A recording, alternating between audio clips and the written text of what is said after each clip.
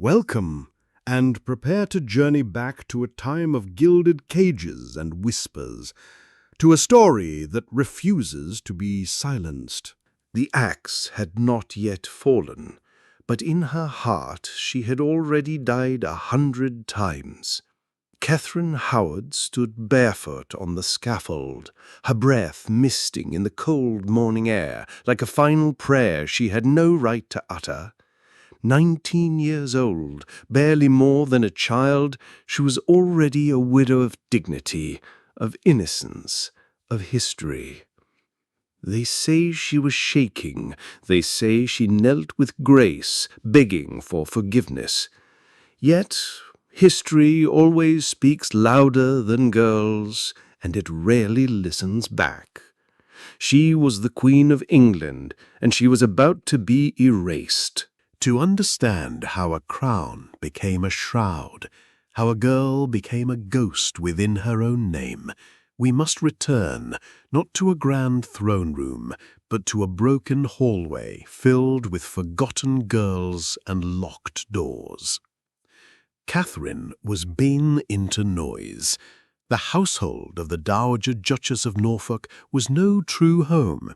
It was a holding pen for the disposable daughters of minor nobility, girls raised not to speak, but simply to survive.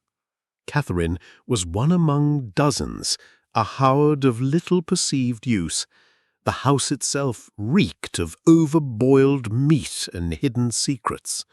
Her first memories were not of gentle lullabies, but of hushed whispers behind closed curtains. She was taught to curtsy before she could read, and to smile before she could even name her own feelings. Somewhere between endless embroidery lessons and the constant smell of burnt porridge, she learnt a most important lesson. Henry Manox, the music teacher, smelled of wine and dark expectation, whispering compliments that were subtle traps. He would kiss her fingers when no one looked. Catherine never said no, for she simply did not know how. No one had ever taught her that no was an option. When the Duchess finally discovered what was happening, she dismissed it as mere childish folly. Then came Francis Derham, older and far more insistent. He did not ask, he simply took. And the Duchess? She merely sighed, turned her face away, and instructed the girls to keep their voices down. By the time Catherine arrived at court, she was already fluent in the language of silence. King Henry VIII saw her once, and that was enough to seal her fate. He was swollen with years and pain, his leg a festering wound, hidden beneath layers of rich velvet. But Catherine, bright, tiny, and 17 at most, was everything he was not. She exuded the scent of youth. She moved with the lightness of laughter itself. To him, she was not a person, but a cherished memory made flesh. He married her within months. They called her the rose without a thorn, yet roses often lie. In public she smiled, she danced, she dipped strawberries in cream and fed them to the king with her fingers. Courtiers whispered that she had revived the old man, restoring spring to the English court. Foreign ambassadors took note of this child bride with eyes like sunlight, charming, naive, and seemingly perfect. But in private, the rot began again. The king's ulcers bled through bandages.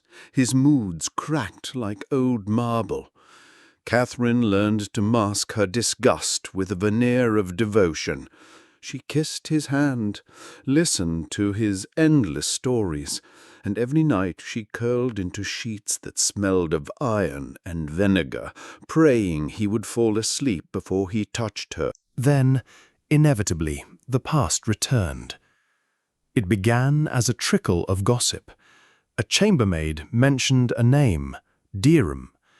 A groom records something strange about the Duchess's household. One by one, whispers solidified into words, and words escalated into formal inquiries. Francis Derham, sensing danger, foolishly attempted to buy silence with arrogance, seeking power. Catherine, however, gave him nothing.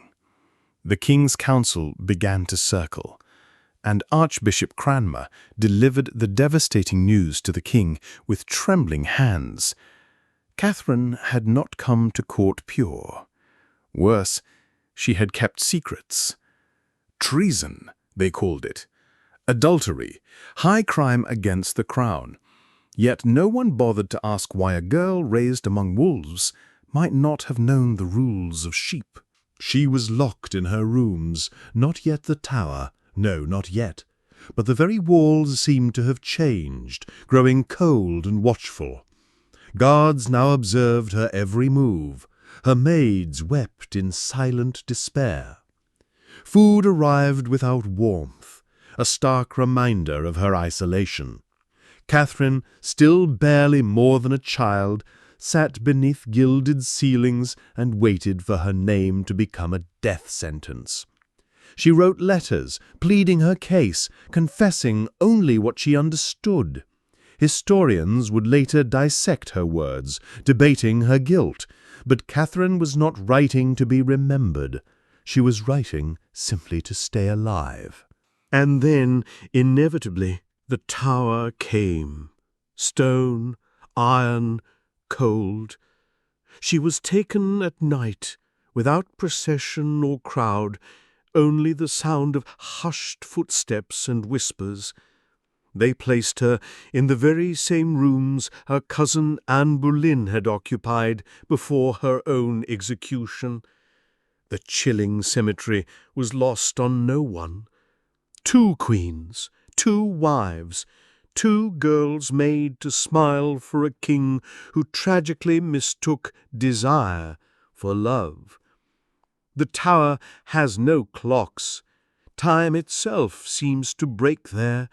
She waited. It is said she asked to rehearse. The night before her death, she demanded a block be brought to her chamber. There, in the cold solitude, she practiced placing her neck upon it, again and again.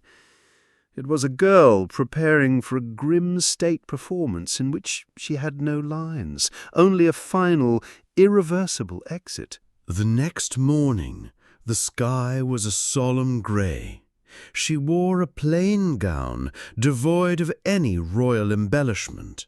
She walked without help, her steps steady, and when she knelt, she did not cry. She spoke her last words clearly. "I die a queen, but I would rather have died the wife of Culpeper." They say she forgave everyone but herself. They even say she smiled. But this is not merely a story of death. It is a story of forgetting. Catherine was buried without fanfare. No statue erected, no epitaph carved, no mourning observed in court.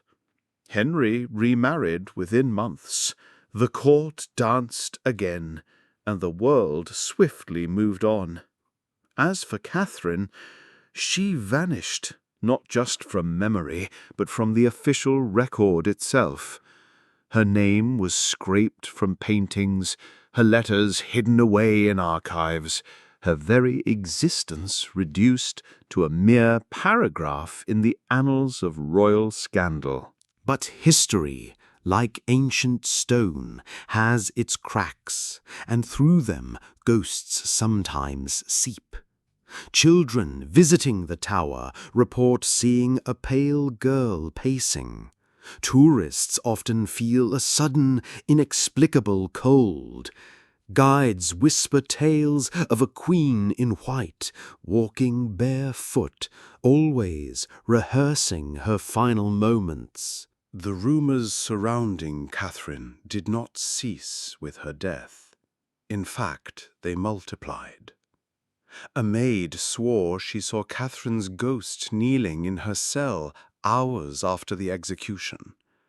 A guard reported faint singing Not weeping or screaming, but something lilting and girlish in a minor key, the kind of melody that lodges itself in the teeth of your memory, refusing to be swallowed.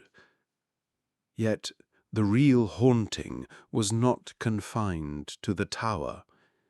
It was in what came next. King Henry VIII never spoke her name again, not once, not in court, not in prayer, not even on his deathbed. And yet he kept something, perhaps a ring or a letter, though no one ever confirmed which. The old king was seen staring at his hands more often after her death, as though searching for something he could no longer hold, or perhaps had never truly possessed. He had ordered her death, and yet even the king himself could not fully bury her. The chroniclers tried their best. The official records reduced her to a single dismissive sentence: Queen Catherine, formerly of the Howard family, executed for high treason. That was all. No mention of her youth, her past, or her enforced silence. The scribes who meticulously documented kings, wars, and alliances had no space for a girl who died wrongly. She became a mere footnote, a cautionary tale, a whisper, anything but a person. Centuries passed. The executioner's axe rusted, the scaffold was dismantled, and the tower walls were cleaned and repainted. New queens walked those ancient halls, adorned with different jewels, fearing different fates, and still she lingered. But to truly understand why Catherine refused to fade, one must comprehend what was ultimately taken from her, not just her life, but her very version of it. Because here is the truth no one likes to utter aloud. Catherine was not executed for adultery, she was executed for memory, for the things she remembered, and for the powerful people who wished she wouldn't. Francis Derham did not fear her love letters, he feared her testimony. Thomas Culpeper did not fear their secret meetings, he feared what she might reveal if tortured. And Henry VIII, most of all, feared his own reflection. For what is a girl bride, if not a mirror? What is a queen's body, if not a ledger of a king's sins? Catherine knew too much, and worse, she knew it too young. The Tower of London kept her bones, but the truth could not be buried forever in limestone and prayers. It leaked out through hidden letters, through hushed songs, and through the uneasy looks of courtiers who had once bowed to her but now refused to meet each other's eyes. She had been the fifth wife, the laughing wife, the too young wife. And when she died, everyone breathed easier, not because justice had been done, but because the inconvenient evidence had been destroyed. Yet memory is a dangerous thing, and Catherine's memory simply refused to obey. In the 18th century, poets rediscovered her name, writing of the girl queen who danced to her death. By the 19th, historians began to question the official records. Why no proper trial? Why no witnesses called in her defense? Why no monument? These questions yielded no answers, only pervasive silences, and silence, too, tells a story. In the 20th century, feminist scholars powerfully reclaimed her. They highlighted the stark power imbalance, the grooming she endured, and the way girls like Catherine are punished not for their alleged crimes, but for their very visibility. They noted how swiftly society transforms innocence into provocation, how youth becomes blame, and how beauty becomes proof of guilt. They renamed her not Catherine the Adulteress, but Catherine the Silenced. But even those noble efforts miss something deeper, something more unsettling. Perhaps Catherine was not merely a victim, perhaps she was also a witness to the ugliness behind the gold, to the cruelty hidden behind the crown, to the rot festering inside the grand Tudor myth. And perhaps, just perhaps, that is precisely why her ghost still lingers, not to be pitied, but to remind, to stand barefoot in the very place where she died and whisper, "I was here, I remember, and so will you." The tower has no clocks. There is only stone, silence, and the chilling sound of your own name echoing from the mouths of people who will not speak it with love. Catherine's final days were measured not in hours, but in betrayals. The Duke of Norfolk, her own uncle, her blood, abandoned her first. He did not write, nor did he plead on her behalf, claiming ignorance of her moral condition to save himself, as if she were a poorly trained hound, and not the girl he had deliberately placed in the care of wolves. Then came the Dowager Duchess, the woman who had supposedly raised her. She sent no letters, offered no explanation, having survived too many reigns to fall on a mere girl's sword. The court physicians did not visit. The guards spoke only in clipped tones. Even her confessor, a man of the cloth, looked at her not as a soul in need of mercy, but as a mouth too dangerous to open. In those final days, Catherine began to lose her voice, not literally, but inwardly. Her words thinned, her letters ceased, and her hands trembled whenever she tried to write. At night, she would press her ear to the cold wall, listening for any movement, any breathing, any sound that might suggest she still lived in a world with doors, with people, with hope. There was none. She asked once, softly, if she might see Culpeper. The guard did not reply, but she saw the fear in his eyes, not fear of her, but of what she might say if given the chance. In the hours before her execution, Catherine was given paper and told she could write to the king. She stared at the parchment for a long time, then wrote nothing. What was there left to say to the man who would bury her and then casually go to lunch? But she did write one thing. It was not addressed to the king, nor was it signed. It was found months later, hidden beneath her bedding, just a single poignant line. "Tell them I was not wicked. I was hungry, and no one fed me." The morning came, grey, wet, and utterly indifferent. The city stirred early, as it always did when blood was promised. Women brought their children, and men arrived with cold meat and apples in their pockets. Some had witnessed Anne Boleyn's demise and now sought to compare. Execution, after all, was theatre, and Catherine was the show. They say she dressed carefully, not in royal jewels or French silks, but in pure, ironic, defiant white, as though daring history to misname her again. She walked alone. No music played, no prayers rang, only the rising murmur of the crowd as she appeared not like a queen, but like an offering. When she reached the scaffold, she looked once at the crowd, then at the block, and finally at the overcast sky. The sun did not watch. Her last words are disputed. Some say she forgave the king, others that she asked for mercy in the next life. But one account, whispered by a nun claiming to have been in the crowd, records a different, quiet, barely audible phrase.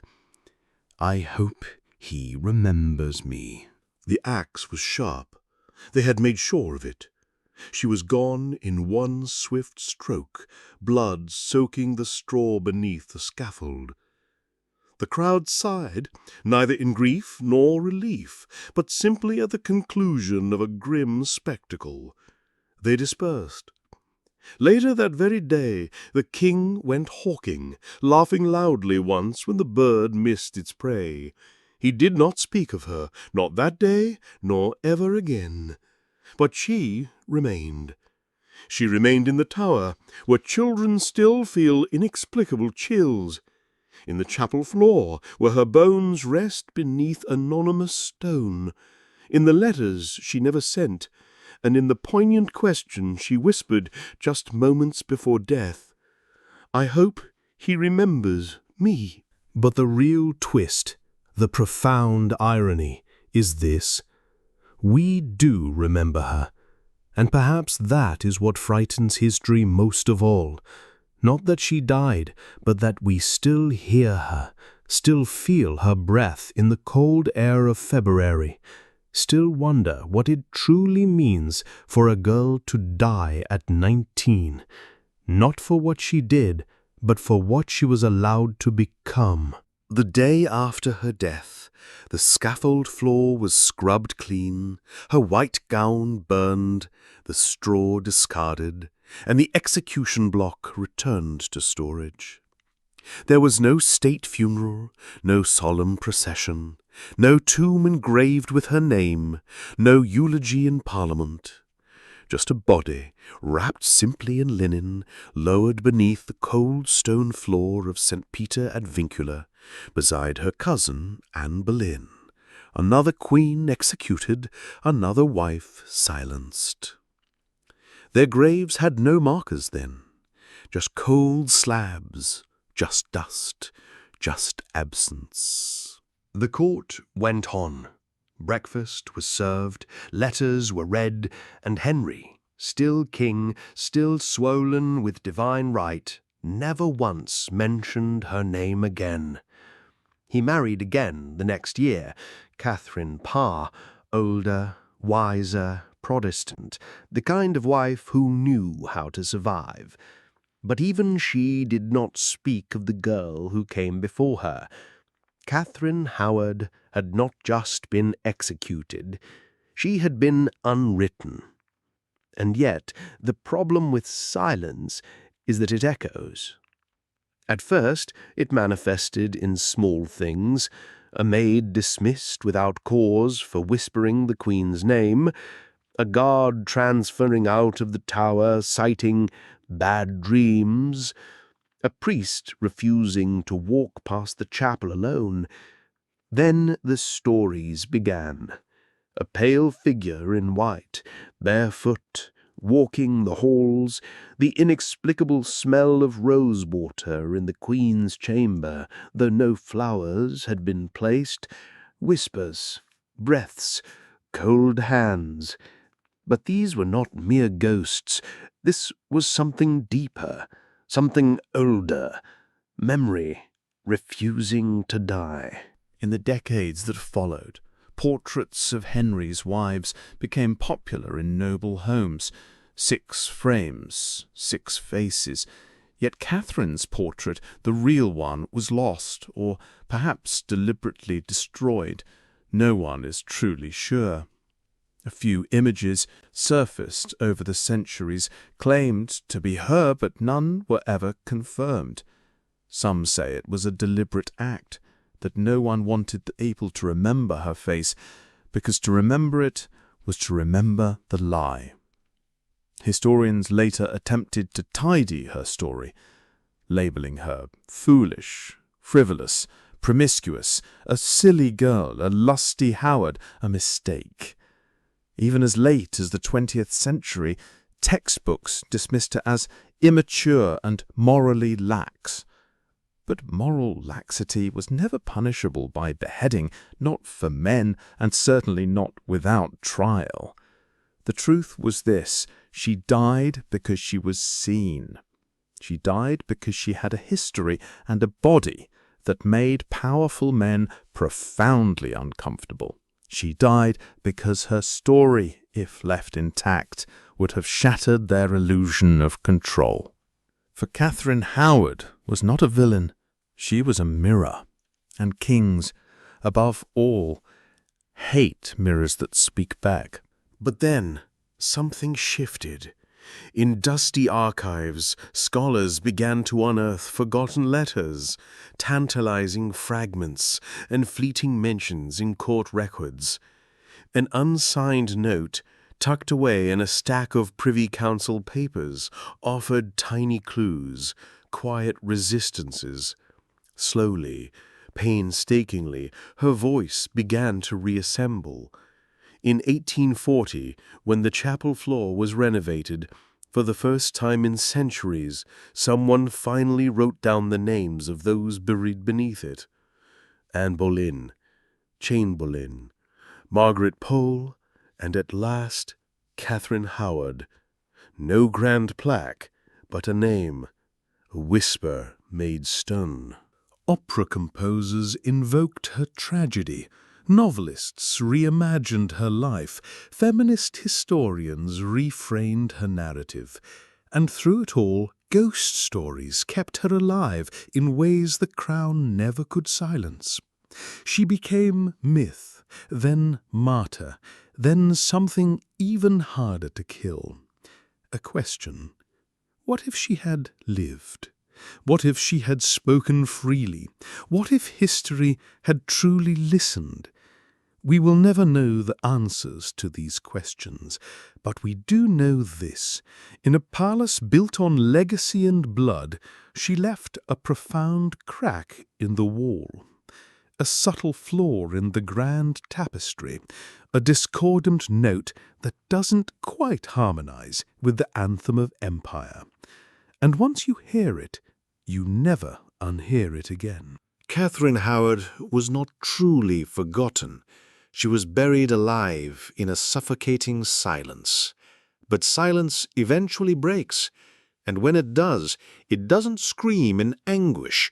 It whispers, "I was 19, I wanted to live, and I still do." There is a persistent myth that death ends a story. It does not.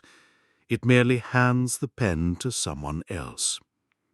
For centuries, Catherine's story was told by others, by the men who judged her, the king who killed her, the chroniclers who erased her, the historians who misunderstood her, and the ghost hunters who transformed her into a wailing phantom.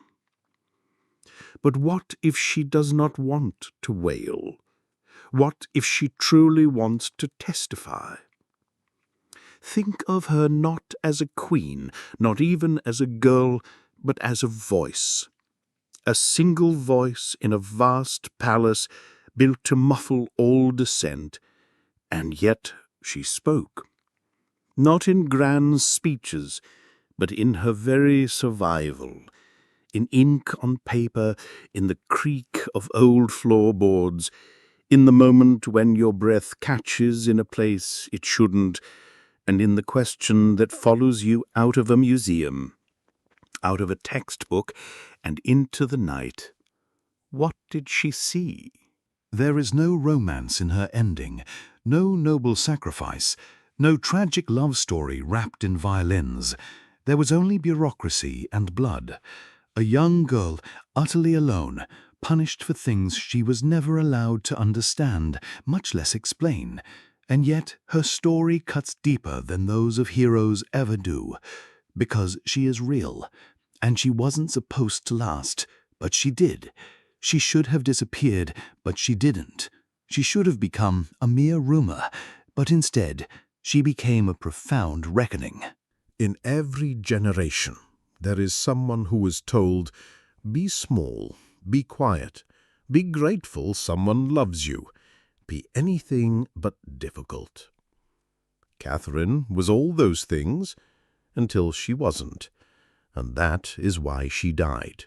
Not because she was bad, but because she stopped playing dead.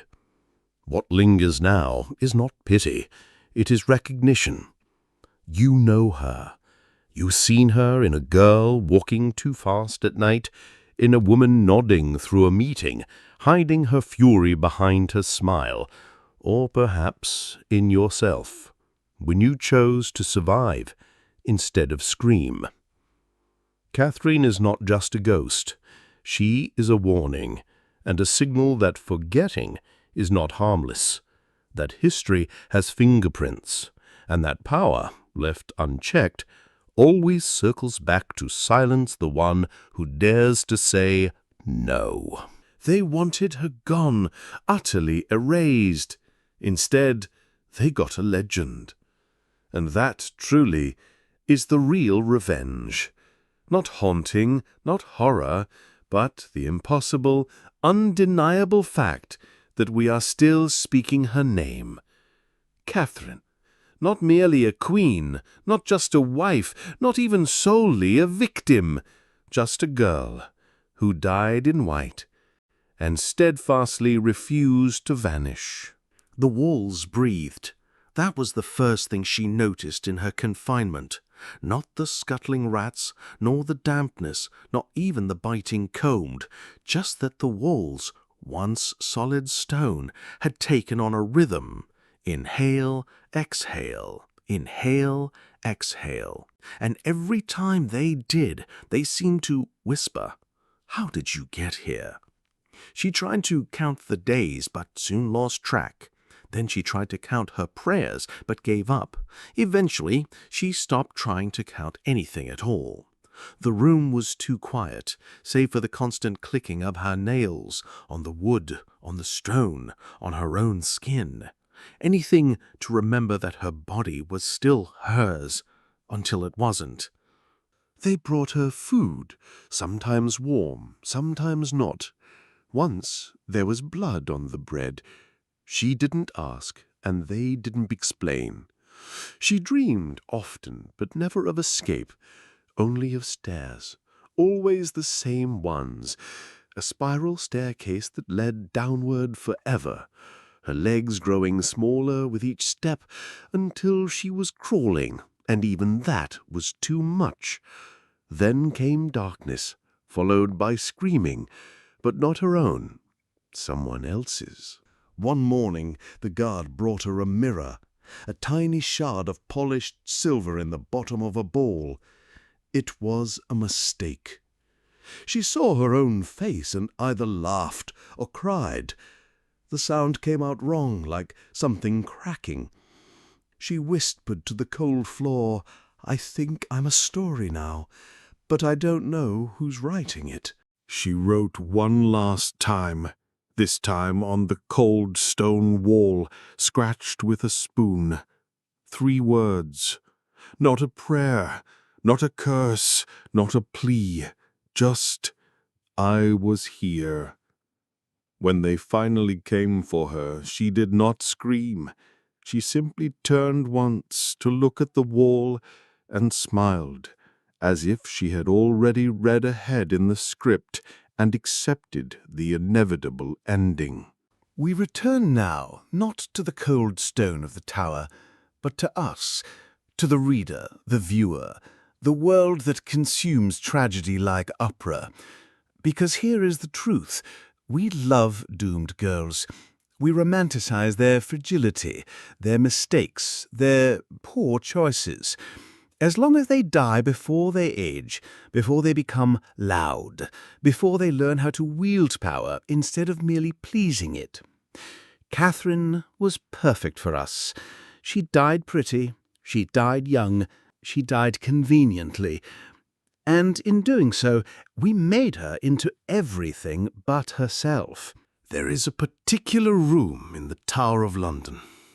Tourists pass through it every day. Some glance, some linger, but few truly understand. The guide states, "This is where Queen Catherine Howard was held before her execution." And then they move on, to the crown jewels, to the ravens, to the gift shop. But sometimes, not always, not reliably, someone stays behind just a little longer, and they feel it.